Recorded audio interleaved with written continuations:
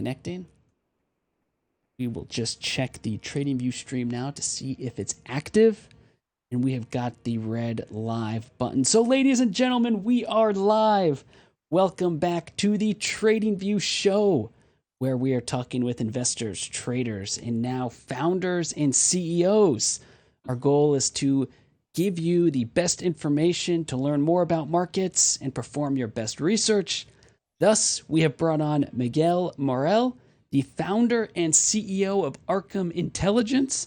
Arkham Intelligence and TradingView recently just established a partnership and a charting integration. So we're thrilled to have him on here. And I think most importantly, what you'll get from this chat, if you stick around the entire time, is you will learn about crypto fundamentals. We all know about technical analysis in crypto. We all know about price action in crypto. But what about the actual fundamentals of a cryptocurrency? The same way an equity investor might look at a price to earnings ratio or something of that nature, a crypto investor should be able to do the same. And Miguel has the solution to that. So great to have you on, Miguel. And I think without further ado, the coolest thing to hear from you, especially for our viewers who are hopping in, is we want to hear your background. Founder and CEO of Arkham Intelligence. How did you get to this point, and what does Arkham do today? Yeah, totally. Thanks for having me on the show. So I started the company back in 2020. We first incorporated it in January of 2020, just before the pandemic started, basically with a vision towards bringing significantly more transparency to the crypto space. Now, I've always sort of understood and, believed in the narrative that cryptocurrency industry as a whole was incredibly transparent. And it is true that a lot of the data surrounding cryptocurrencies and the blockchains that they're built upon, they have a lot of publicly available information. They have a lot of public data. But part of the issue is that it's incredibly hard to understand that data and see what's behind it. And so I felt that there was a really big need in the market for a product like Arkham. And from there, ended up recruiting a co-founder, building an initial team, raising money, and taking a product to market. Fantastic. How long has Arkham? When was Arkham founded? Jan 2020, so it's been almost 4 years now. Fantastic. And I have to ask, so from Jan 2020, that is pre-COVID, just by about 3 months or so, to now. Now it seems like the topic is inflation and all these other macro narratives. I know this is going to be a tough question, but how drastic has the market changed, just from your perspective? Does it feel like a fundamentally different market today than back pre-COVID in January 2020? Well, absolutely. I think that when I first entered the crypto industry, the total sort of market cap as a whole of the industry was around 30 to 50 billion. When we were first sort of founding Arkham, the industry as a whole was probably worth like 100 billion in total market cap. And now we're just below $1 trillion, right? And so the overall sort of size of the pie has dramatically increased. I know that many people are sort of, feeling a bit bearish right now, or, they feel like the market has collapsed. But the reality is that if you zoom out, even from the founding of Arkham to today, the sort of price of the majors has increased dramatically, and the overall market capitalization is quite large. I think trading volumes have been somewhat depressed relatively recently. If you look at them and you compare them, they're probably somewhere around the 2020 levels. But that being said, the industry as a whole has grown a lot. There's significantly more new sort of technologies and products and things that are very interesting in terms of use cases. So that's a much larger part of the industry now. Not to mention just the fact that the market capitalization has also grown dramatically. So in many ways, I feel like the crypto industry has evolved a lot, especially even in terms of like what major players are still around compared to when we were first starting the company. I love that you're already quoting market cap, because that to me is the first fundamental metric in crypto. At least from my journey watching crypto, market cap is sort of the most mainstream fundamental metric. And it makes sense because it is the demonstration of a cryptocurrency or a crypto project's total value. So it's such an important number to understand. And I still notice today that people often will talk about price, very, very important. But obviously, if a crypto trades for a small fraction of a price, but there are tons of coins outstanding, well, you may think it's a cheap currency, but not really, because the market cap could be extremely large. So I love that, that's how you kicked off the conversation, because it kind of shows where your mindset is. Absolutely. Fundamentals. What other Absolutely. fundamentals, before we dive into your presentation, actually, maybe we should just dive in, because I'm so curious to hear what fundamentals are most interesting to you. What should we be looking at? What are people overlooking or do not know about? What are your thoughts there? Absolutely. So let's dive right into the presentation. So I think there are two sort of key pieces of data and information that investors are quite used to, especially outside of the crypto market and more in the sort of traditional financial space. The first is what we've described as these fundamentals, right? So in equities, for example, people may want to look at balance sheet data, the executive team, central bank policy, stock to flow, these sorts of things in order to get a sort of understanding of what's going on behind an asset class. And the sort of x-axis to this would be price data, right? And this is something that TradingView is intimately familiar with. This is your technical analysis, your regression analysis, looking at historical performance and benchmarks, charting patterns, support levels, resistance levels. This is TradingView's bread and butter for tooling, catering to this market in particular. Now, in terms of the asset fundamentals for crypto, I think oftentimes investors are looking at things like market cap, which we just mentioned as being very important.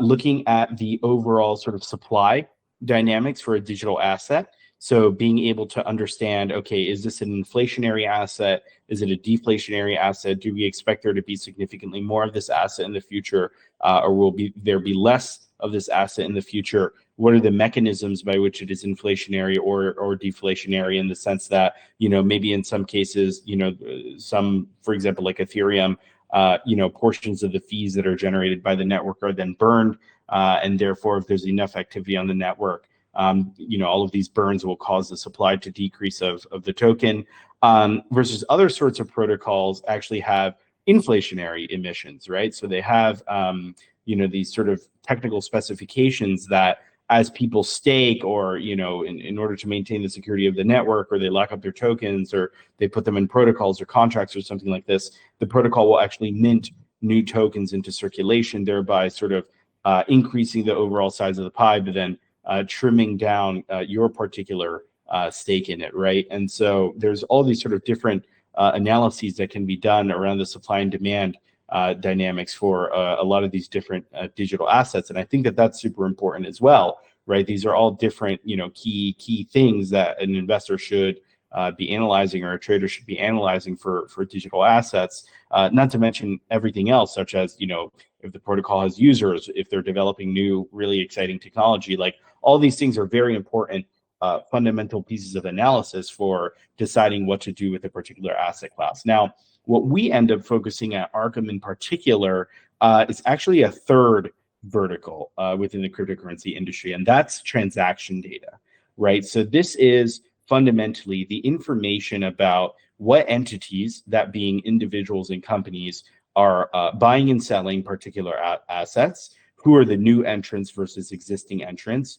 where are the large transactions in the market coming from, again, analyzing these sort of fundamental supply and demand dynamics of, if somebody is buying, how much size are they buying? If somebody's selling, how much size are they selling?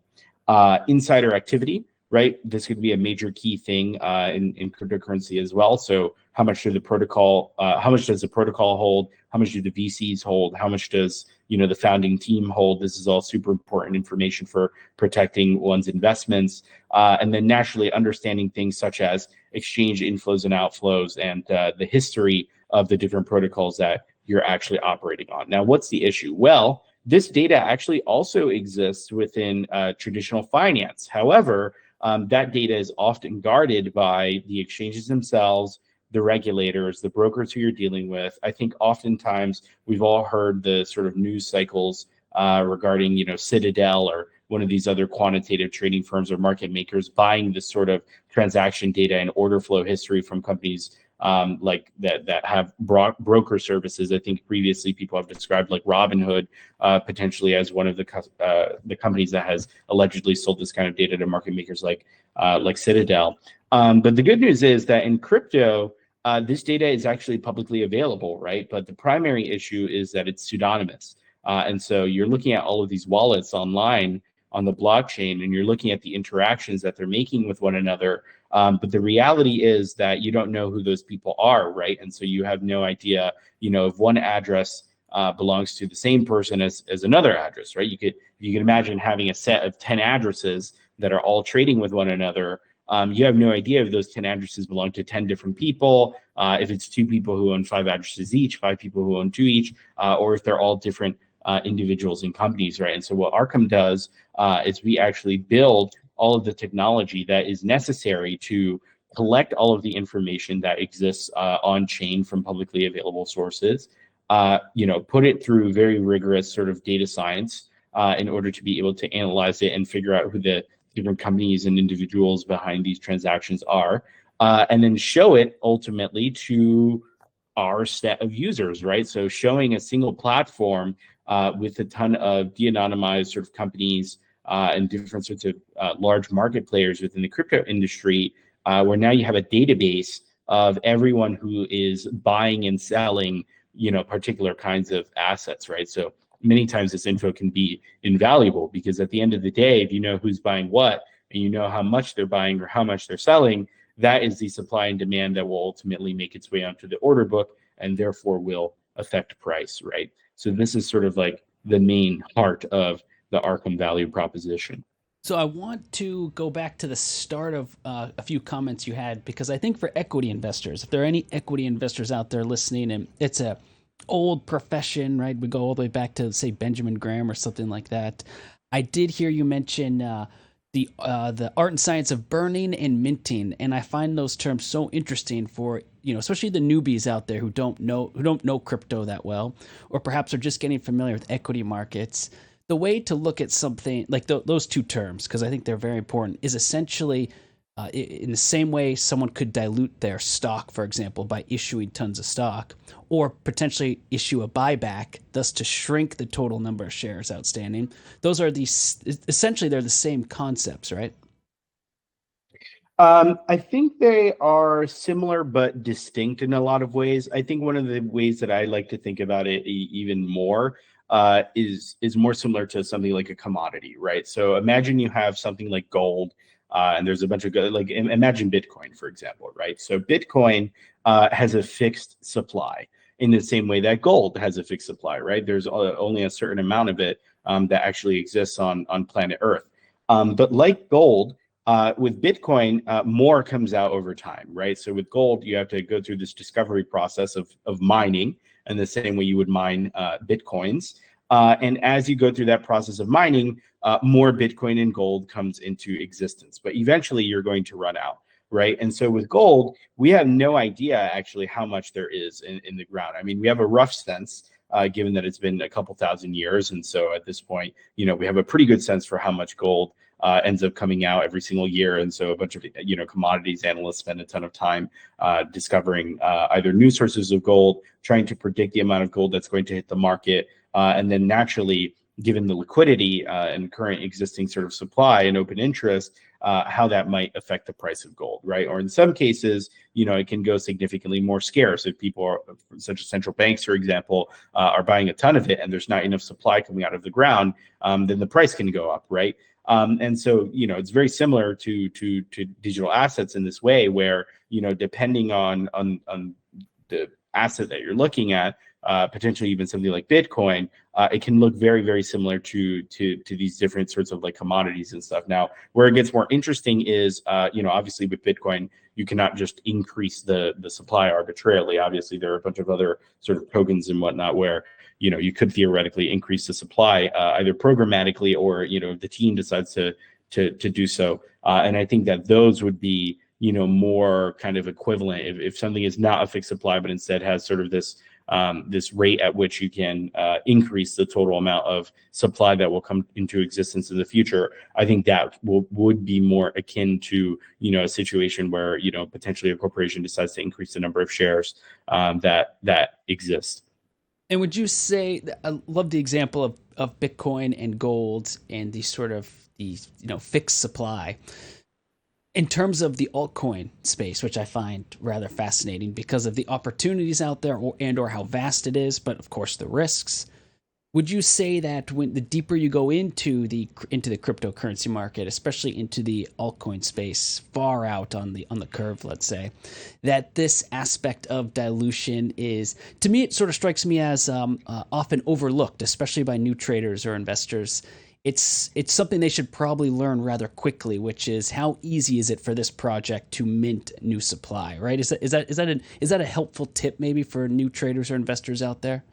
Yeah, absolutely. I think understanding the supply of the asset that you're trading has a direct impact on how much of the pie you actually, have a part of, whether it's a network or whether it's a commodity or something else, right? Knowing how much can come into existence relative to the amount that you own is super important, right?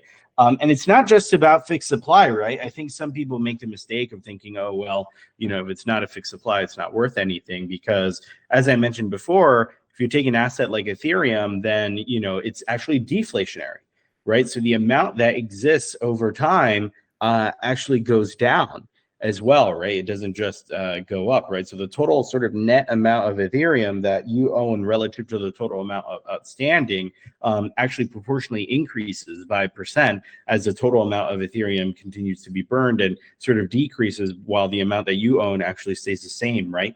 And so I think that these principles are pretty interesting for people to understand and to actually analyze when making these sorts of decisions. But nevertheless, I think people should be very careful on what it is that they're choosing to buy and invest in, and actually use when it comes to the crypto asset class.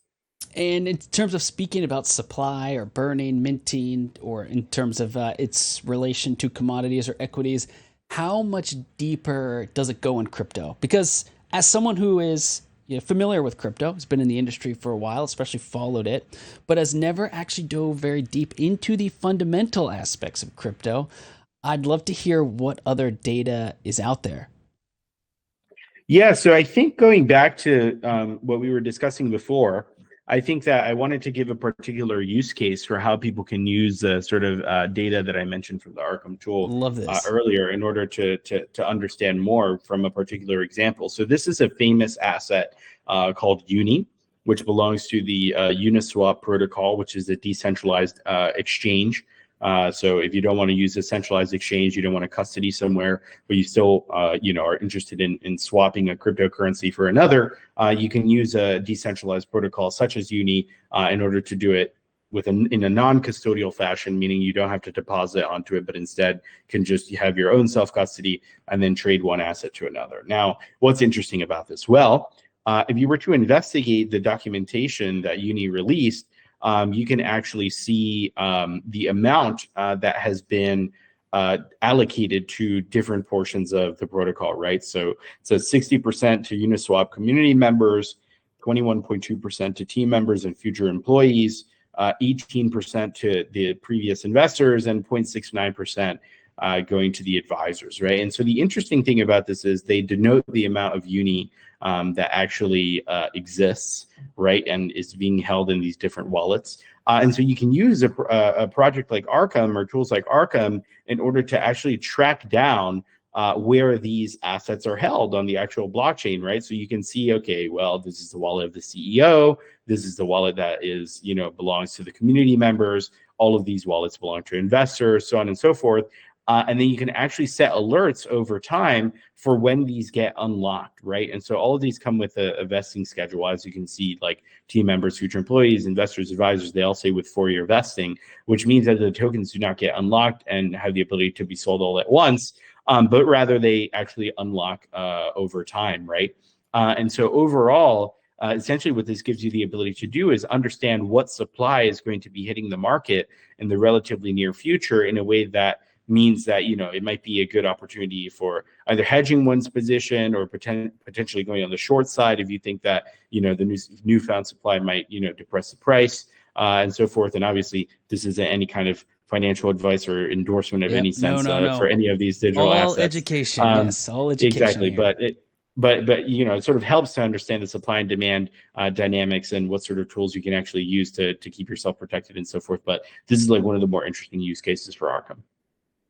Yes, very interesting in that regard. And as even I'm watching this, listening to you speak and watching this presentation, I am thinking about how this is such an area of crypto that really needs to be, and as far as I can tell, more widely taught, actually, because you want to know the fundamentals of what you're buying or what you're following or what you're interested in. Seeing a tweet, seeing a post, that's great, but you don't just want to go rush and buy that. Understand exactly what makes that up in the first place.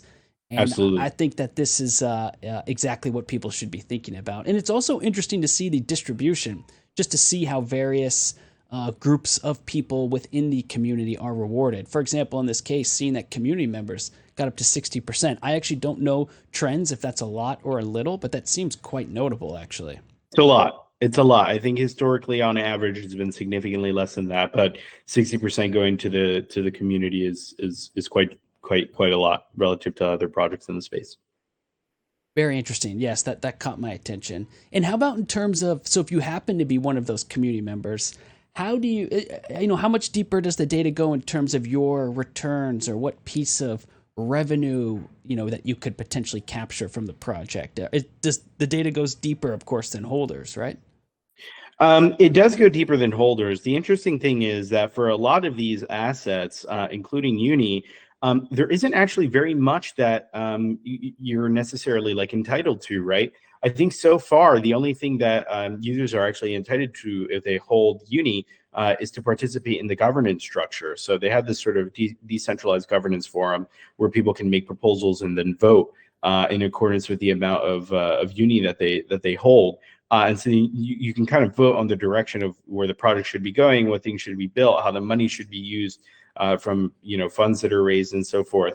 But from my understanding, there's actually no sort of like monetary direct incentive from actually holding the tokens, which could possibly be also for regulatory reasons, right?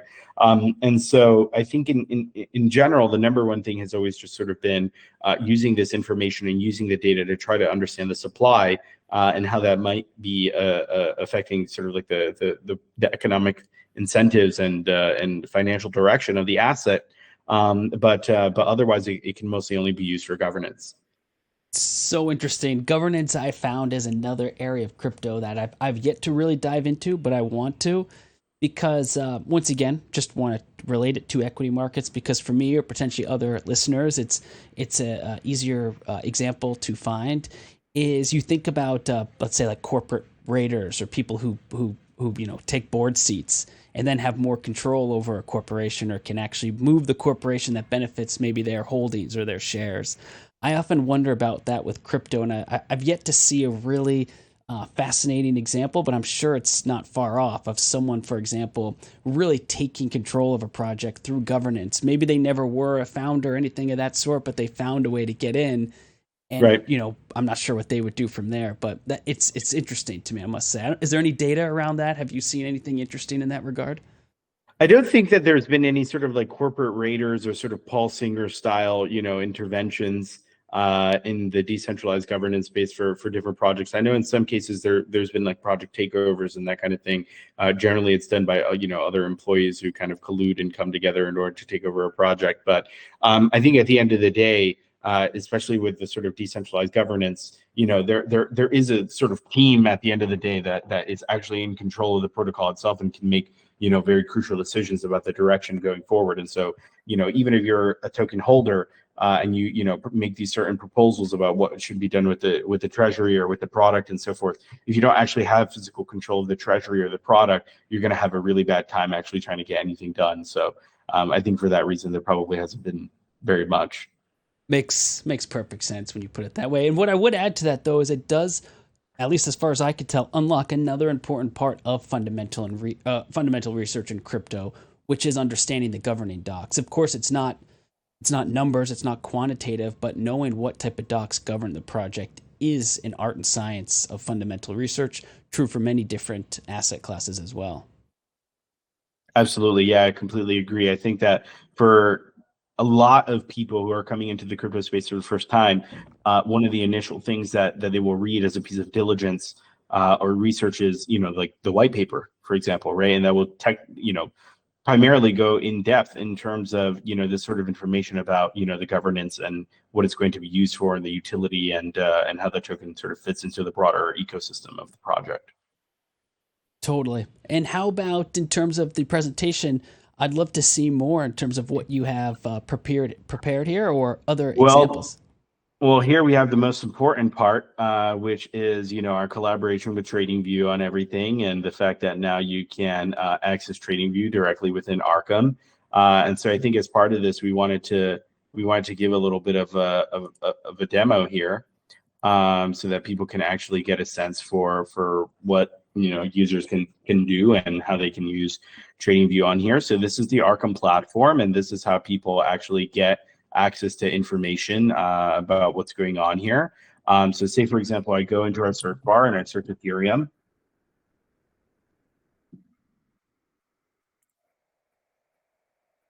Then I go on. I get a sort of holistic breakdown of everything going on with Ethereum. I'll pop over to the TradingView tab here. And now, of course, you can come in and get significantly more information, change your candlesticks around, add indicators, etc., and actually go to TradingView directly afterwards. But the cool thing is that as you're doing your technical analysis and trying to understand as much as possible about volumes and where the price is heading and where each one of these candlesticks is closing for these trading pairs and so forth, you can actually come in and then look at all of the information surrounding the broader asset that you're analyzing. So you can see where the most Ethereum has flown into on the blockchain. So obviously a lot has gone into the wrapped Ethereum contract, Arbitrum, which is one of the layer twos, Binance, which is one of the largest exchange, and of course Uniswap, because people have been moving a bunch of Ethereum there. And that's very interesting because I see that has 1 hour check. So that's just in the last hour you can track This those is in the flows. past hour, correct? We have the Super past interesting. hour, How 24 would you think hours, 1 about week. this in terms of if you were to see an outlier? Is there something that comes to your mind in terms of, whoa, that's a big deal? I'd like to figure out what's going on there. Yeah, absolutely. And people go and they set alerts. We have an alert button for this kind of stuff where, if a certain amount of an asset is moved in an anomalous way, you get notified that that's going on. And then obviously you can go on and investigate and see if it's a, positive or negative thing, bullish or bearish. And then people use this in order to try to get an edge on the market, right? Same thing for all these top holders. So these are the largest holders of Ethereum. So the largest holder of Ethereum is actually the ETH2 beacon deposit contract. So people, actually staking.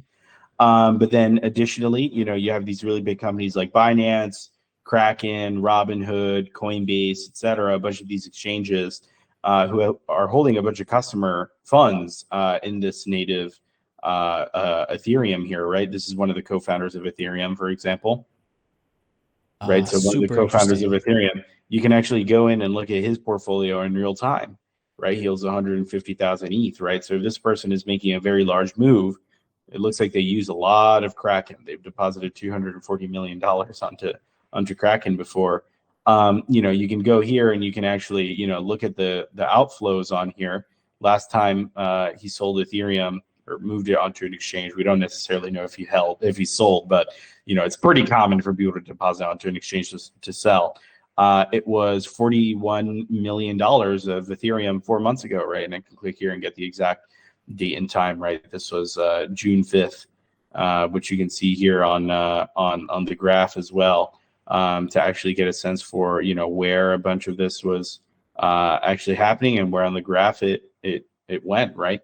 So you get a really in-depth understanding of these assets and who's holding them. You can even actually visualize the actual holders themselves to get a sense for who the largest holders of Ethereum are in a more kind of visual sense, right? You get a visual representation of the ETH2 deposit contract versus Binance versus Robinhood, and then sort of the smaller top holders. Obviously, Vitalik is in here as a very large holder of Ethereum as well, and you can click on his profile in order to get a better sense for everything that he's doing with Ethereum. But it's not too uncommon for people to have, set alerts for activity from people like Vitalik, because, if they're starting to sell or depositing on a particular exchange or, something like this, it's incredibly important to know this in order to potentially hedge your position or, take a different position in the market. And I've got a few questions brewing here that I'm sure other viewers or listeners are thinking too. The first one I want to ask is top counterparties. Tell me about top counterparties, and the reason why I ask is because there's this excellent concept out there in trading where a lot of new traders and investors often forget that every time they press buy or sell, every time they transact, there is someone or something, maybe it was an algo, but still coded by someone else on the other side of your trade. And if you keep that in mind, you'll remember that someone is doing the opposite of you. Thus, do they have better information? What do they know that you don't? It's sort of a way to remember, maybe to be a little more cautious. So I'm guessing top counterparties, is that what this is representing? People that are being traded with, I suppose? Correct, or funds have been sent to, etc. So here we're looking at Vitalik's top counterparties. The number one is the burn address, where people send tokens in order to take them out of circulation. He has a pretty big set of transactions, about $1.66 billion with the Crypto Relief Fund India, which I believe is where he sent, he received a bunch of Shiba token when it was initially created, and then Shiba obviously became very popular, and so he donated a bunch of it to the Crypto Relief Fund. Gitcoin, a lot of these are donations. It seems like GiveWell and so forth. And then some of these, like for example, Uniswap, then there's 1,000 transactions on here.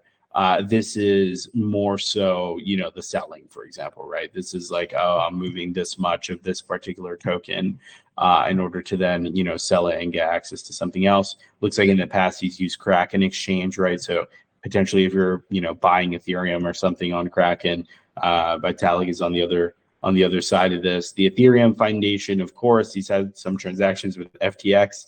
Dangerous counterparty on that one. Hopefully he didn't lose any money on this. But yeah, it's very interesting to go through and actually see, who are all of the different people who somebody is interacting with on chain. And, obviously before we visualized, the Ethereum market, but you can also visualize Vitalik and see everybody who Vitalik has interacted with or sent tokens to or received tokens from as well, right? That's the whole point of being able to use a system like Arkham in order to visualize all of the movements on chain. So it's a super powerful tool for people to use. And for the new traders, the new investors out there, because they're out there and they are interested in markets, they want to make better decisions.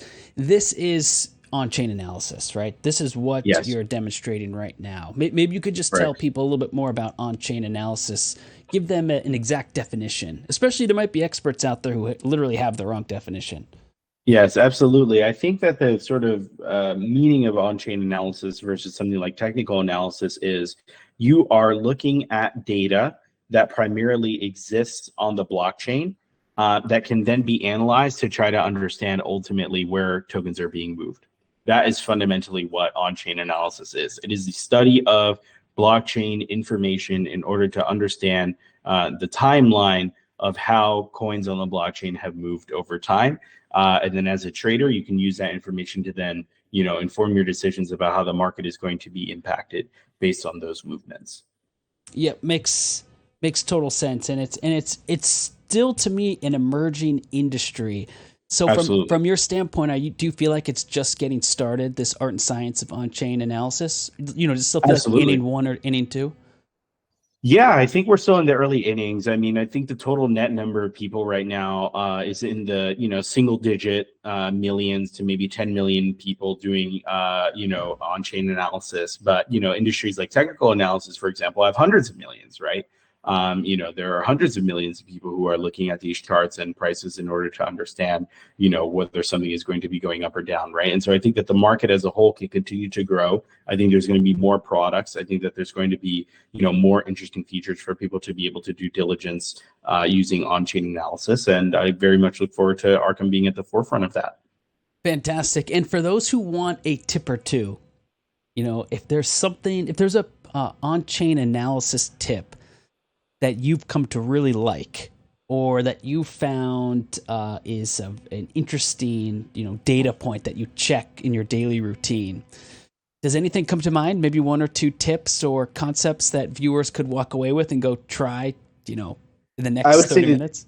Yes, I would say the two most important things are to use Twitter and follow the on-chain analysis accounts, which would include Arkham, right? They're constantly posting stuff about things that are going on in the market using on-chain analysis. And the second sort of more kind of direct tip would be to always look at the insider supply and understand what the team is doing, because the team has a bunch of information about what's going on with the project. I love that. Absolutely love that. So, do you think that not enough traders and investors are following what the team is doing? And is there alpha there potentially? Or maybe not alpha, just at Absolutely. least some sense of us, I definitely believe people are not analyzing nearly enough about what's going on internally. I mean, even in the equities market, for example, people are required to make disclosures every 90 days if they're an insider of a large holder of a project. But the good news is, in the crypto industry, you can actually see everyone's blockchain wallets on projects like Arkham, right? And so you don't need anyone's permission, and certainly not an SEC filing in order to get access to the information. So I think there's very much of an edge there. it's so cool, the open nature of that, and it is refreshing. And regarding insiders, just one thing I want to add to the conversation is there's an old quote that's gone around trading and investing circles for a while, which is watch what they do, not what they say. Because True. because oftentimes you have people at the heads of a project or a company saying very bullish, amazing things, but under the surface, if you dive in, you'll see that they might be doing things that are totally contrary to what they're saying. Could very well be. So it's a super interesting data point. Well, Miguel, let me say this. I know that we're crossing that, we're nearing that 40-minute threshold of this conversation. Are there any final interesting tidbits that you want to add to our viewers before we wrap up? I think that one interesting thing it would be great to hear from you on a little bit more as well is, and I don't know if you want to comment on this, but are there any crypto projects that you particularly like or that you follow closely on a watch list? That maybe you don't want to disclose that information, but Bitcoin. Bitcoin. Yeah, Bitcoin. To be honest, that's the only one I can give a real endorsement to. I really like Bitcoin. Great. But that being said, I think the number one thing that I could tell the viewers is I'm super excited about our partnership with TradingView, and I'm very excited to be able to give Arkham users access to these tools in a more sort of real-time way for them to continue to do better analysis. And I look forward to growing more of our collaboration. Perfect. Love that. And I do agree because you can now combine fundamental analysis with technical analysis. And as far as I've seen, that is one thing that often is not combined enough. And now that this data is available, traders and investors have the capability to do both. I find that sometimes people are dogmatic toward technical analysis or fundamental analysis. Have you noticed that sometimes the two parties don't like Definitely. each other? Yeah. Very much so. Happens all the time. It happens all the time, but there's so much, I think, opportunity to combine the two. Definitely. So completely agree. you could do fundamental analysis to understand if the project is viable, technical analysis to look for your entry point or liquidity or things like that. So Good. Miguel, thanks so much for the chat. To all of our viewers, thank you for hopping in again. We will see you again in 2 weeks. Thank you, Miguel. Check out Arkham. We're excited about the partnership. You've got TradingView charts. You've got on-chain analysis. It's all there for you. Feel free to ask us questions. And thanks a lot, Miguel. Thank you very much. Thanks to all the viewers. Cheers. Bye-bye.